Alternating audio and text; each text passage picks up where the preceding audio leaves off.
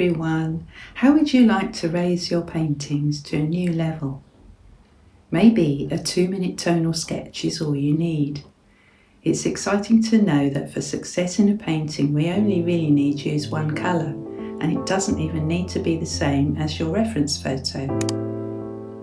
Join me now and we'll find out and see how. It's all to do with the importance of tone, sometimes called value, which is how light or how dark a colour is. This is my reference photo, so I'm looking for the tones to see where the light, medium and dark tones are. But it's much easier if you have a black and white photo to see that you've got the light tones in the bottom section mainly, and a few of the shadow areas, and the medium tones in the canopy of the tree, and then the darkest tones are in the shadows and in the trunk across here. So usually before I start the painting I do a tonal sketch, very simply 30-second sketch like this one here, and so I'm going to use a charcoal pencil, but you could use ordinary pencil or biro or anything that comes to hand. I'm going to put the tree trunk in very simply, not an exact representation, just a rough idea of the pepper tree, and then there's the ground coming across there, and then the fronds of the pepper tree coming down. Very simple like that. And I would put I've got my lightest tones are the white of the paper. My medium tones are going to be, as I said, the canopy, and then my darkest tones are going to be the trunk, and then a few shadow areas. So very simple, that's all there is to it. And then we need to translate the tones to colour in 3 simple tones, like if you were using blue you would have light blue, medium blue and dark blue. So I'm going to refer to the tonal sketch as I work. We can have so many colours in a painting, but no tonal pattern, but to create impact we do need to have a good tonal pattern, just simplified as much as possible into 3 tones, light, medium and dark. That's the way I find it the easiest. So I've got my palette here, and I've got indigo dark. I'm going to use this indigo colour, and I'm going to put half a pea size in each of the wells,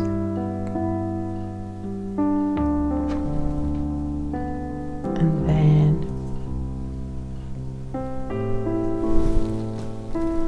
I've got a pipette here which is very useful, and into clean water I'm going to put 1 squirt of water in the first palette well, and then 2 in the next palette well, and then 3, 2, 3 in the next one.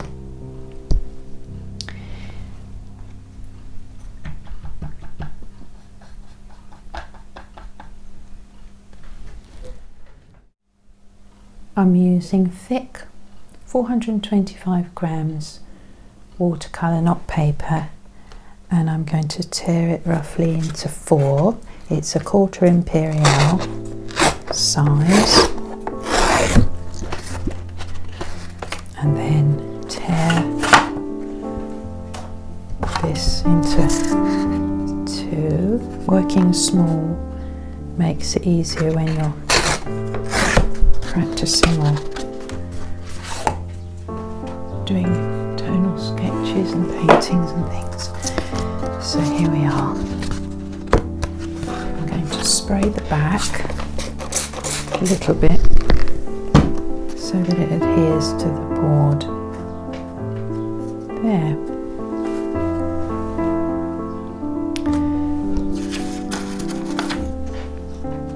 Here's my tonal sketch, and I'm going to use Inktense pencil. You can use this before you wet your paper or afterwards, and I'm going to just mark in the tree trunk again, something like lost and found edges, and then you've got your fronds of the pepper leaves, pepper tree leaves coming down, just little suggestions like that. That's all I'm going to do, and then I'm going to prop it up, the board up on a shell, just to let the paint, facilitate the paint to run down. This is my big watercolour brush, dipped in clean water, and I'm using the most diluted wash to start with, which is will be mixed to a skimmed milk consistency. So I'm going to use my trigger spray, such a useful piece of kit. I wouldn't be without it. Wetting the entire surface of the paper.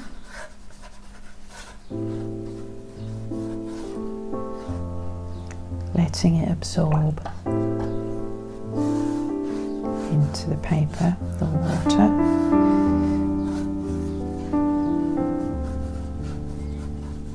Like that. And then draining off any excess water.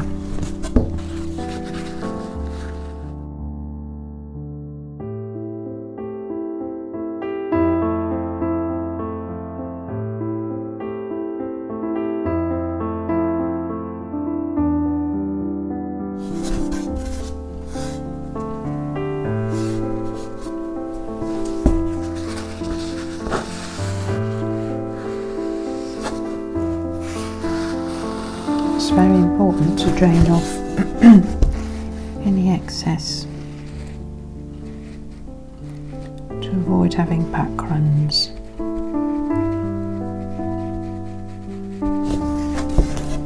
There. Now I'm going to dry it. The first wash is dry now.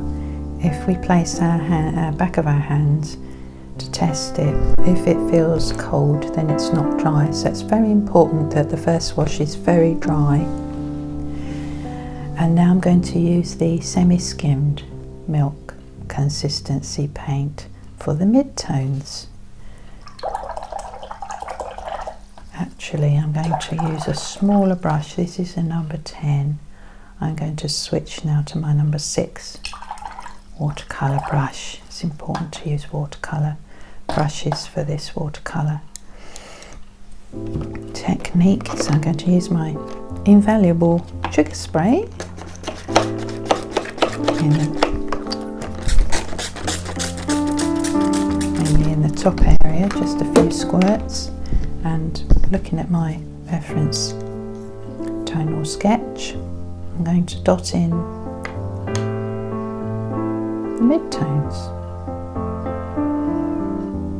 making sure it's thoroughly mixed because I don't want blobs of paint where it's not wanted.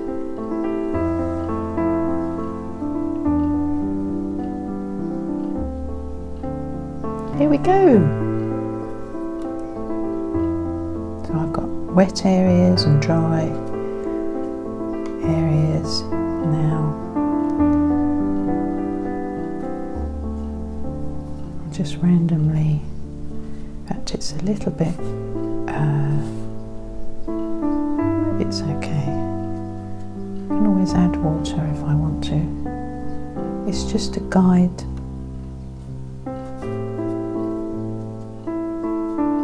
to try and help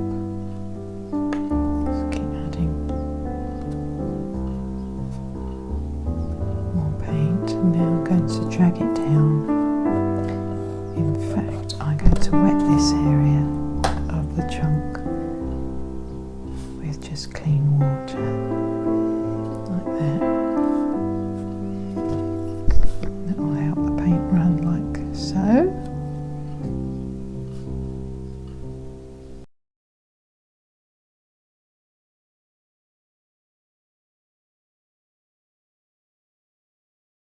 It does make it easier using just one colour. It gets you used to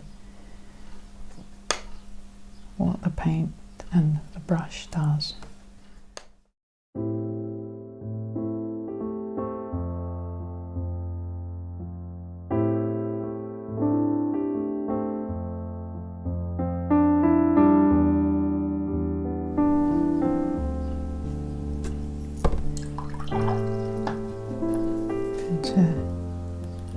Add a bit more water to there, and pull out the shadows now. So just roughly somewhere.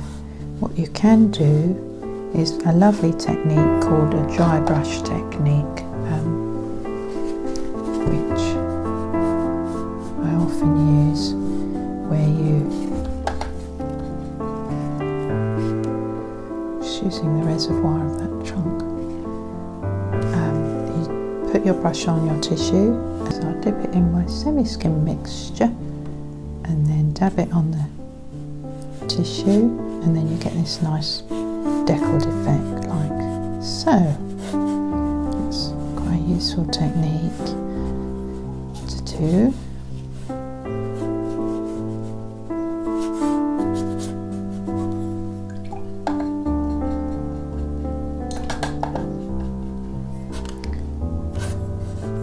Use my brush handle now to bring down these lovely fronds of the pepper tree.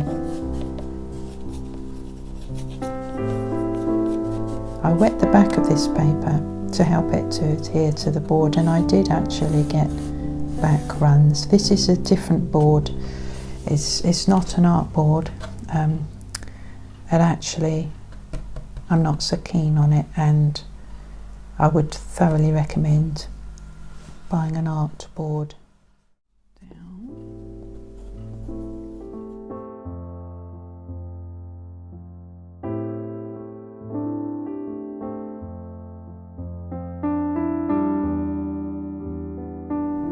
Right, I'm going to dry that now. It's thoroughly dry now.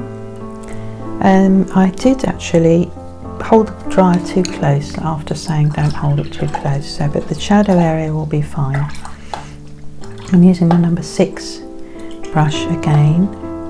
I'm going to wet the trunk area a little bit and spray just a little bit. I'll put the darkest tones in, which is a consistency of paint representing full cream milk.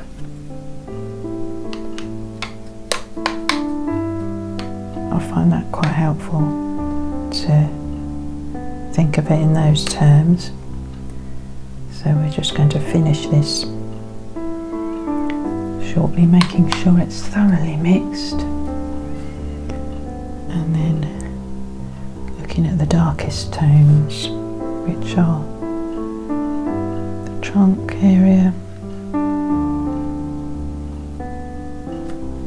and part of the shadows. Much more, I quite like it as it is.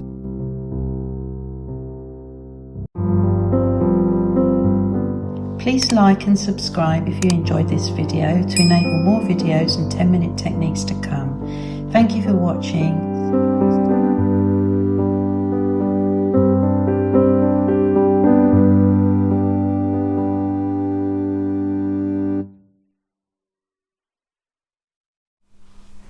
So beautiful results can be obtained with just one colour you choose, which doesn't have to be the same as the reference photo either. Just remember your light, medium and dark tonal sketch and see elevation happen in your art. Thanks for watching. See you next time.